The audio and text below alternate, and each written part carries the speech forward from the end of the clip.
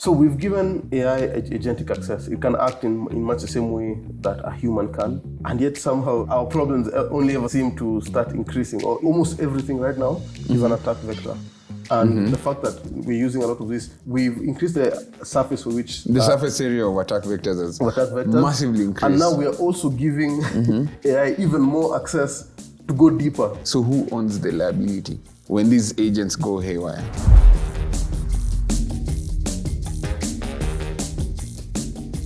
We are still on the road to 100,000 subscribers in Q1. In Q1 too. We only have Q1 is ending. Q1 has ended. By the time of this viewers. We have 2 days, and by the time you'll be watching this video, we'll definitely be in Q2. So I don't know how you guys are gonna do it, but we appreciate every subscriber. Thank you. Yeah.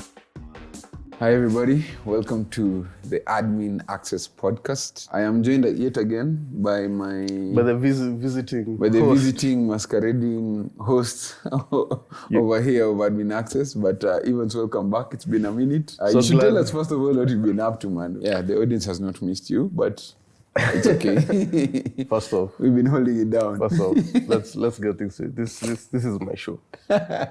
You guys are just NPCs in this game called my life. The NPC really is the one who's in and out of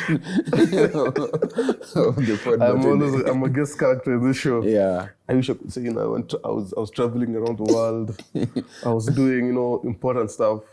But no, I was just busy. Just doing this thing. I just had work. I was just scheduling conflicts because of work. But I'm a big guy. I travel a lot. Sometimes I go to my hometown. Actually, I say that, and I think I've only traveled once outside the country. So. I'm the least traveled, most traveled person. Anyway. What matters is that your mind travels a lot. That's depressing, man. Anyway, I think we'll just get to our show. What really matters is that when I was not here, I was checking out the episode. So I was checking out your video on Openclaw, and I was just kind of wanted to pick a brain about it. I thought about it, and that actually has informed what this episode is going to be about. Tell me a bit more about your Openclaw experience. Yet another 2 weeks later, nothing much has changed except I'm even deeper into the hole now. Somebody mentioned this to me last week after watching the episode and told me to check out ClawHub and start using ClawHub to literally install skills for my agent. And I've been using a lot of those workflows. So I've been deploying a lot of personal sites as well, and a lot of interesting projects that I'm working on the side. So the way you set it up is that you have a virtual server on the cloud. No. You're running it on your personal computer. I'm running it on a machine. Not a personal machine. You bought a dedicated machine. You got a dedicated machine whose purpose is primarily to only run Openclaw. Correct. Does it run macOS? It's a Mac Mini. You have a Mac Mini that you installed Openclaw. And then you set I set up your configuration, your agent, your preferences and all that. Preferences, a couple of critical workflows based on my goals. Okay, for the sake of our viewers, give me either one or two wow moments that you just thought and said, yes, all this thing actually is worth the investment. Because you've literally dedicated a whole Mac Mini for this setup. So maybe you can tell us. One, let me just say my workflows, my work workflows. I have this thing running a couple of cron jobs that help me stay on the pulse of things that I need to be on top of at work. Things like what our competitors are up to, what they're doing. So it's constantly monitoring feeds, it's constantly monitoring different sources, every morning giving me a brief in the morning. And my work pulse is one of the things.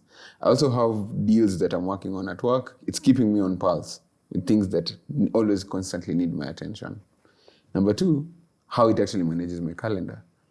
I gave it forwarding access, not direct access to my calendar, but it constantly keeps certain meetings top of mind for me, does background research for me on the people that I'm meeting, and gives me a very up-to-speed Rolodex. So if I was a stranger, and then I let's say we talked at some conference somewhere, and then I sent you an invite, it's going to come and do a background research on me and the work I do. On the business, on your business, on who you are in the business.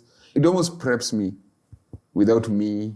So you're using it for meeting work, prep, for meeting preps, and for keeping up preps, with keeping up with a lot of research for work as well, and also a couple of side project and side quest tasks that I'm working on. So actually, I'm constantly building tooling, for instance, for this podcast, to one, look at our analytics for the page and constantly recommend to me which stories make sense and which stories I should look into. Another thing that it does as well is it helps me with actually research prep for the episode. So previously what that would look like, it's a workflow where I have to go vibe my way through topics. But if I have topics that I find myself interested in, I just add it onto my list of things to look into. And then constantly, like now when I need to start prepping for the episode, I just go ping it and then we just go through a whole research process of like different episode takes that I could do, and then recursively just working on a particular topic. So it really helps me a lot with this. But also on my personal life, it has a couple of workflows that I am interested. I'm not gonna openly say what I do, but it's helping me do a lot of. You text your girlfriend. No. If she's watching this, I do not do that. Everything I do, I mean. I do not use AI for some of the places that we may or may not have gone to. You seem pretty sure of yourself. And I remember just saying that for me, AI truly will become something for me where it becomes truly agentic. When I can tell it just go do something and it does. And the error is that I'm the one who hasn't adopted it even in the slightest bit yet. It's not for nothing. There are some reasons as we'll get into in this episode. You're like the what do you say? You're like the quintessential girlfriend I'm a Luddite who does not know what they want, but when they have it, they complain. No. I know what I want, but I'm seeing what it is coming with or the packaging, and I'm really asking, is this what I really want?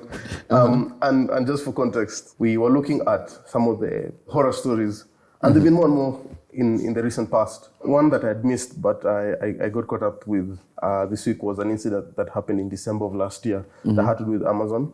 So Amazon was using this Kiro AI tool, and the engineer gave it a support ticket, and so it's able to go perform tasks. Act in there, and so provided that ticket, it then proceeded to take down the environment and brought down some of their services. Of course, Amazon does dispute this, and I kind of understand right now. It's very easy to just look at something and say, it's the agent that did this. Perhaps it was the engineer who just misconfigured things. But in this case, the claim here is that the Agentic AI, the Kiro Agentic AI, took down the entire environment for one of their services and was down for, I think, about 13 hours. Yes.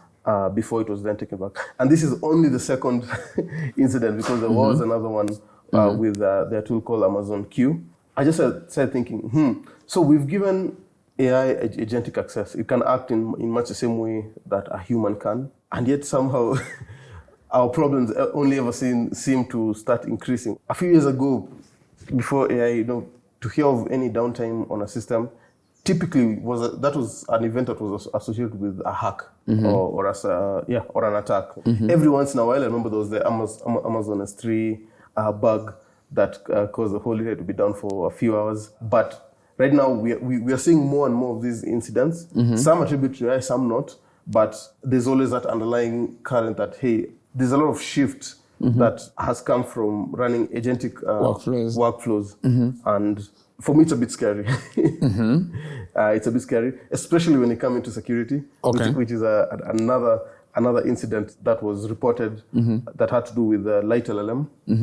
And what's LightLLM? LightLLM is kind of a wrapper tool around a lot of these LLMs. They had a completion function, which you could tell it which model you want to use, and it was using a Python tool. It's where it has a function for each of its interfaces with each tool, and they were implementing a dependency. So this was a straight up classical supply chain attack, in the sense that one of the tools that they're using, which is called Trivi, it's in an ironical twist of events, Trivi is a security tool.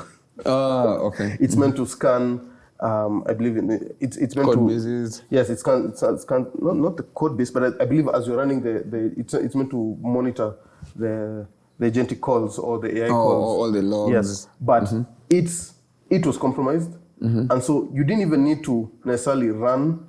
But if you had a dependency that traced back to Trivi, you were compromised. And what that means that anyone who was running that tool, or any tool for that matter that was depending on Trivi in the background, had all their database passwords, their secret keys, all their environment variables, everything was taken. Okay. And for many people, they'll be running a tool which has a third level, fourth level dependency on this compromised application. Almost everything right now is an attack vector. And the fact that we're using a lot of this, we've increased the surface for which... The surface area of attack vectors has massively increased. And now we are also giving AI even more access to go deeper. Yeah. The surface has been exposed much more. But now with agentic workflows, you can go even deeper into our own workflow. So like I said, things are secrets. It's good you say that you have your own machine. Yeah, you localize the blast radius. Isolated the blast radius. But for most people, they'll just be running it on their laptop. Yeah, which is dumb, and which is actually, if you watch the episode, it's the first thing I said.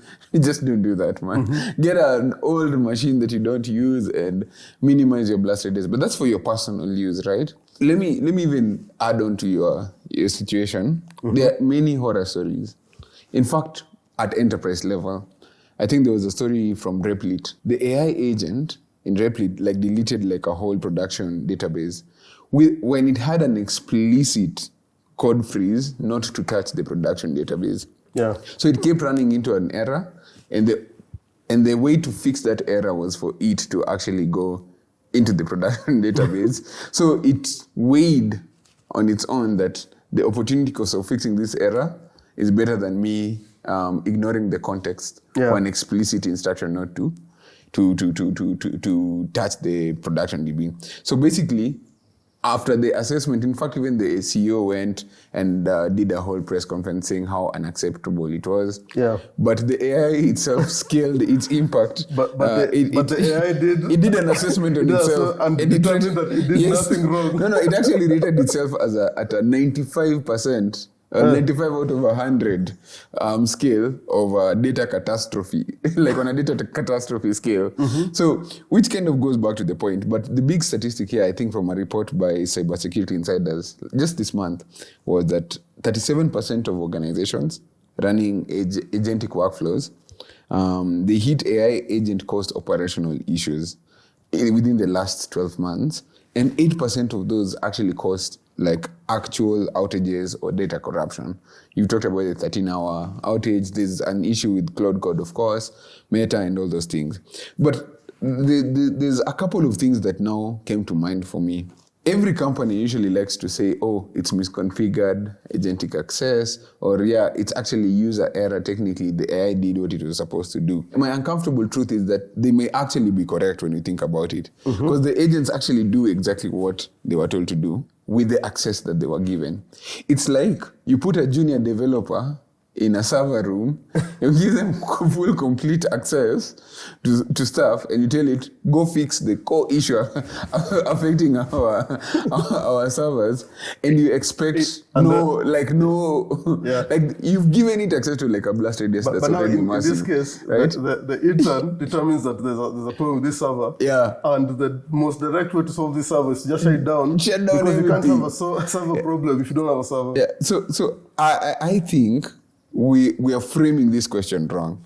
The real question for me is, why is anything, AI agents or human, being deployed into an environment with zero to little guardrails? Because that's the question that I think we should answer. And I think it also exposes something that is fundamental that we keep talking about. No, there's a reason it's called AI and not just I. In that, no, just intelligence. Yeah, it's not just called intelligence, because there's a video I was watching that I hope we'll link down. Editor will put it right here. It's called AI has to feel pain. At its core, modern AI is a sociopath, not evil, but indifferent. It doesn't care about the consequences of what it outputs. To fix this, we borrowed a trick from biology. We gave it synthetic pain. If let's say I am Kiro in this sense, and I look at everything, and at no point will it occur to me, let me bring everything down.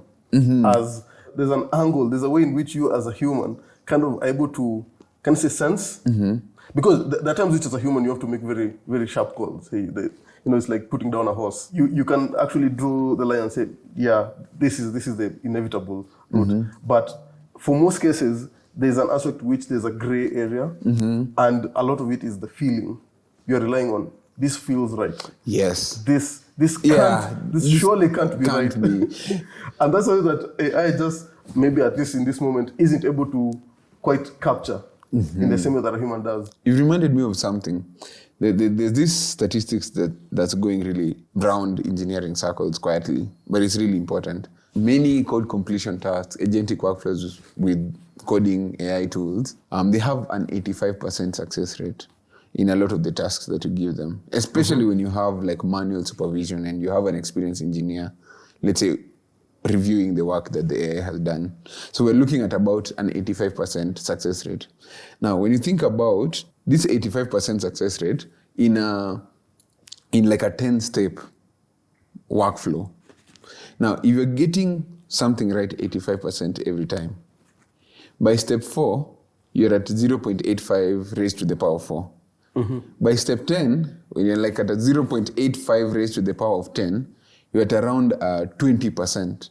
So, like a 20% hit rate on the complicated, complex 10-step workflow that you are doing, which essentially means that 1 out of 5 times, AI and agentic workflow has fully implemented something, which begs the question, forget the happy path. You see, when these things are trained on a lot of code repos, they're trained on something that already does payment processing, they're mostly optimizing for happy paths, in my opinion, right? So will it, but you know the way we usually do like a lot of test-driven development, you are trying to cover as many failure rates, as many test cases for failing before you, so that you isolate the happy parts, but you've also covered your 6 from a risk vector. Yeah. Now, the point you are bringing about of attack vectors, just the surface area for attack vectors becoming much, much bigger, that is actually true. And that's why, in my opinion, when you're deploying these kinds of workflows, like you must consider the blast radius. Like if everything goes bad, I've actually realized if my agent goes haywire, kill everything, basically just redeploy a whole new agent and hopefully learn from my mistakes and move on. If but I'll get it set up. Your mistakes, perhaps you would be deploying another one. But exactly. No. I fell into that. I walked into that. I just deploy a new one with the lessons that I've learned from the old one. But now if my blast radius is taking down a whole... And I think later you summarize kind of what we're experiencing in the market. In that every success and every failure only justifies us moving forward. Exactly the point. It only means, like, regardless of what happens, it only means that you're getting more AI. Which actually brings me to the... Do you remember during the cloud infra hype, like around 2012? Now we were being sold, have all your infrastructure on the cloud. But many big tech companies, they were being really, really severely hacked as they were going fully cloud native, right?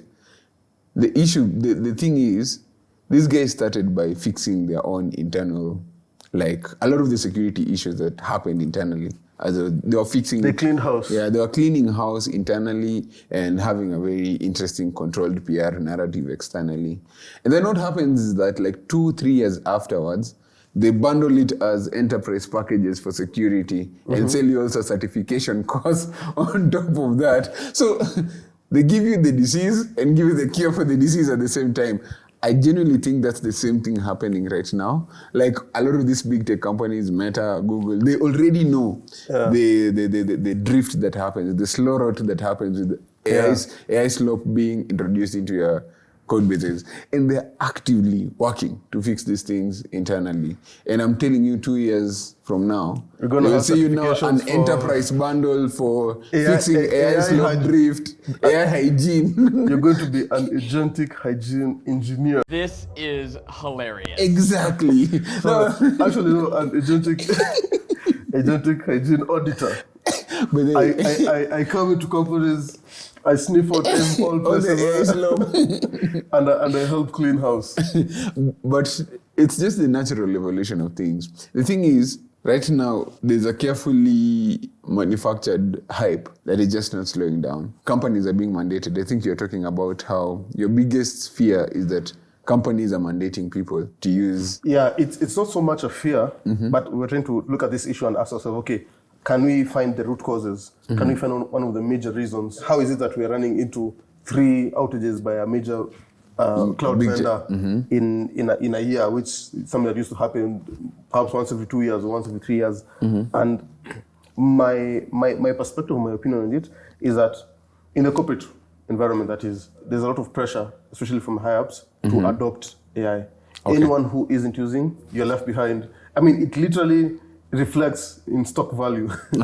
Every product I open online or I use, the first thing I see is meet our new AI, meet David, meet this, he'll take your notes, he'll do this. So the adoption of these tools only serves to propagate that 15% that you've just described. And so it's not just 15% on one workflow. It's now starting to become a combination because all the tools I use, think about it like I'm doing some, let's even think in terms of Openclaw. It's sending my emails, it's writing a doc, it's doing all these things. It's interacting with another AI in the form of MCP servers, who's also propagating their own 15% error rate. And now it's becoming a problem where the surface area for attacks and errors have increased. It has increased exponentially because almost every single software that is being shipped it's today, compounded. Has errors compounded in it. Yes. Only needs to have a small margin of error from the AI code. I mean, people are boasting. Okay, though I know many of them, I take it with a lot of with grains of salt, with bags of salt. Actually, when they say, "Hey, I'm writing 10,000 code, 10,000 lines of code," they had I'm like, "Yeah, but how much of that is just error prone?" So yeah, that's actually a very big thing. I remember one of our lead engineers at work was actually bringing this point massively. Like, you cannot entirely depend on Claude Code to just deploy like a feature. Like, you must, like, the guardrail part of supervision must be there. And for him, he's even at a worse. It's not even 85%. Him is looking at like a 50% hit rate. He's like, half the time it's hallucinating. It's hallucinating. And the other thing you have to also consider, and this is from the engineering point of view, even if you are the one monitoring and supervising it, as a human being, I'm capped at just how effective I can be with my reviews. Yeah. I cannot review 10,000 lines in a day or. Okay, I don't need so you also even in a week. You also use AI I'll use AI, or I'll just skim through it and think, yeah, this feels good enough. Let it go through. So even if you're part of this workflow where you're stepping in and you're supervising, I mean, there was this post by Anthropic about how they let agents run wild, I don't know for how many days, and it wrote their own compiler, and they're just getting mocked because. At the end of the day, that thing couldn't even run. Yeah. And it's getting all supervision. Basically saying, just because you're making more of it, just doesn't mean that it's good. Doesn't mean that it works. You know, there's a big question that comes to mind. I don't think there's even a legal answer to it. Like, so who owns the liability when these agents go haywire? I'll give you an example. Like, in Kenya particularly, there was like a whole craze with these digital lending platforms. So they would pretty much scrape a lot of your informal data, like your M-Pesa statements and things like that, give you a credit score, and quickly issue out like a micro loan. Many people were defaulting, right? And these people who are defaulting, they're defaulting on like $10 loans, like 1,000 shillings worth, give or take. And because of them defaulting on that, they would be listed on Credit Reference Bureau, the CRB, right? As people with bad credit histories on like $10 loans, right? And it took a long time and a lot of public outcry before like the regulator had to step in to kind of stop. Yeah. But imagine now this at a scale where now agentic workflows are actually destroying lives en masse. Imagine this is like a credit scoring algorithm that's being left through an agentic workflow. At the end of the day now, the question becomes, who owns the liability for when you've deployed an agentic workflow? Is it the organization that has mandated the use of agentic workflows or these AIs? Or is it the AI itself? Or is it the but how engineer? How are you going to hold or AI is it, accountable? And that's the other thing. Because you can't really put you can't put the genie back in the bottle at this particular point. So is it the engineer who's supposed to supervise, who's also using AI tooling to supervise? And his use of AI is mandated by his organization. It counts to his KPIs that he has to use it. I was listening to a pod with NVIDIA CEO, Jensen Huang, who was talking, he basically said a line, if I'm paying an engineer $500,000 a year and you've not used $250,000 worth of tokens into your work, I'd go crazy, like I'd go mad. And I was just wondering to myself, so this is actually now the thinking of big enterprises, like, and many enterprises downstream, by the way. Yeah. I think, including ourselves, even for us internally at work, I've been asking myself, okay, where could we like improve our workflows? How much more leverage would our marketer have if they could have agents running ads, deploying ads, tracking growth? Like, how more productive? Could you quantify the benefit? Yes, can I, like, I think I can, but I'm just thinking to myself, tracking things on a granular level around a lot of the grunt work that happens within different departments at work. How well could agentic workflows do this? I know for many massive companies right now in the Valley, very big fintechs right now, it's actually a KPI for engineers who over the weekend are deploying agents just for different things at work. And I was just thinking about it and I'm like, is it really on the engineer or is this now a company liability because it's the mandate on them? And who's supervising who while they're deploying this? I'm at a place where I don't have an answer to that yet. All I know is that many things are going to break. In fact, way more attack vectors. Just minimize your blast. Broken, just minimize your blast radius is the point. It's basically the point I'm getting at. I think I'm on the same boat where, as you said, the genie is out of the bottle. And sure, now I have to think very critically, even on a personal level, about the tools I use. For me, especially with regards to engineering, we use a lot of tools. I've just talked about the supply chain attack through LightLLM, and I have to really think, to what extent am I being exposed? And this is more on a personal front, not so much in terms of organization. Actually, as organization, you follow leadership. But that doesn't make the leaders. It doesn't really make the leaders infallible. That's true, but you see, that's the point. Somebody has to bear the responsibility on the decision. Yes. So the buck stops at them. Yes, because you see, unlike many other tools which perhaps you can say are more, okay, AI is bottom up, but it's also very top down in the sense that we use a lot of these tools individually to on a personal basis. You manage the risk as well as you deem. Like you establish that this school is not a part about this, blah blah blah, and all that. But see, when it's coming top down, it doesn't matter what the risk assessment is, because you have to adopt. You have to use it anyway. And many times for the better, but the point is you can't truly know, and when you do, it's usually at scale, at huge scale. And the other thing that I wanted to point out here is that we focus a lot on the severity of we've just talked about the impact, how many lost hours, how many transactions, but there's also the scale of it, the scale in terms of noise as well. So one of the things that came up in the LLM hacking incident is that the moment someone raised the ticket, there were hundreds of AI bots immediately deployed to just drown out the fact that someone had raised awareness on the hack that had happened on the package that was compromised. And now we're getting to a point where, especially interacting online or doing things online, there's not much differentiation between a human and a machine. And so there's an aspect to which we're getting drowned in noise. Signal is getting harder and harder to pick up, because sure, your Openclaw will respond to a mail. Now I'm not talking to a human. And now it's able to respond at an immediate scale to everyone who is reaching out to you. But now, again, that only serves to propagate noise everywhere. So we can't... Okay, I don't know how to... I was thinking more like it's like philosophical, but it's more that even as humans, we are getting overwhelmed by the sheer fact that now data is moving even faster, because the barrier that tended to be there where I had to will the manual something intervention, what do I say? The flow in the system. It had a pro, as much as it was slow. Yeah, it was a filtering mechanism. Yes, very about much. What to prioritize. But now, if you can prioritize everything, if everything's a what priority, truly is nothing's a priority. I mean, I see that. I see a lot of this pressure happening because of just the demand.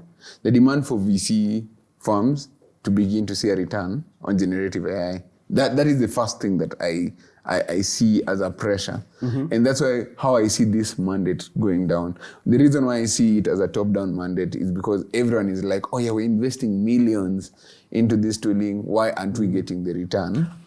Our usage is also part of the training. Correct. So it's not just that we're trying to get a benefit out of these tools. It's that for these tools to actually yield a benefit, we must continue to use them because our usage of these tools informs the training.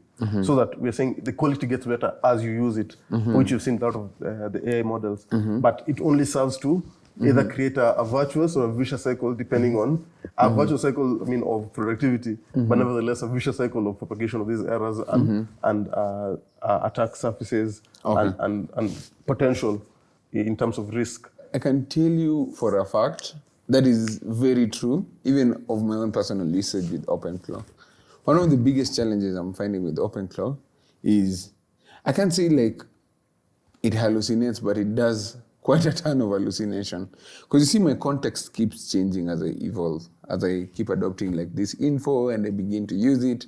And the biggest issue I'm finding with Openclaw is how I manage memory. Anything that needs to go into the memory file should be going into the memory file. And occasionally I have to review it so that I know it's always feeding the right context to itself as it answers prompts for me. A good example would be, at some point, I think after like 3 weeks, I had to tell it to create like a review machine for the morning briefs that it gives me. Because I started realizing it's operating on stale data. And now I'm like, okay, you recommended this last week. I told you it doesn't make sense. How did you manage memory with that in context? So now we had to go down, build a tool that, let's say, for instance, it was recommending certain stories for admin access. And I'm like, okay, I see why you think this is interesting, because you know what I do for work, and you'd think that it seeps into how I'm thinking about stories for admin access. But it does not make sense for me to explore this angle. And literally, immediately, like clockwork, a week later, it defaulted back into the same. And I was like, now it's a struggle to manage context, to manage memory, and you have to constantly be aware. Let me just say, you can't be fully letting go of the wheels. You still have to come back in, review context, review the memory.md file, for instance, review the skills that it uses. In fact, there is even a thing called the souls.md file, which supposedly, let me say supposedly, gives your agent a character. A personality. A personality, rather. I also found that it bypasses a lot of the instruction. Like I tell it to be inquisitive, to be non-compliant, to ask questions. But many times it's still very conforming. I still run into issues where I'm like, I would have benefited more if we had a back and forth first before you went ahead and did a particular task. Like genuinely asking me second, third order questions on why is this important to do? Why, like the way, let me just say, and this for me, I don't even think it's probably hitting the limits of how LLMs are designed by nature, especially the transformer models, right? And it lays credence to like these kind of people who are approaching AI from a different standpoint. Like the guy who left, I think it's called LeCun something, the guy who left Meta. He has a different thesis of developing AI. He's like, treat it like a child, give it an environment, let it learn. Let it explore. Let it make mistakes and things like that. Because predictive LLMs underneath the hood are just predictive models. They're trying to... They're statistical it's machines. Statistical and probability. It's super math. It's like, I don't know. I feel it's like Messi, like it's the argument between Messi and Ronaldo, I feel like Ronaldo has a way in which he does things, like he's more mechanical. Yeah. And Messi is more creative. And Messi is the goat. No. I still think one has a way or of it's working. like if The other one is just talent. Or like if you're like into tennis, like Sina and Alcaraz. Sina has a way in which he plays, and he's just so good at it. And Alcaraz is very creative in how he approaches tennis. And so it's different philosophies in now that attacks the fundamental root of how these things are actually built. So I get that, but I also see it at play when I'm doing my day-to-day interactions with the agent. And now I'm imagining this transposed to a ginormous scale of like millions of lines of code bases. The level of hallucinations, it's about to get interesting.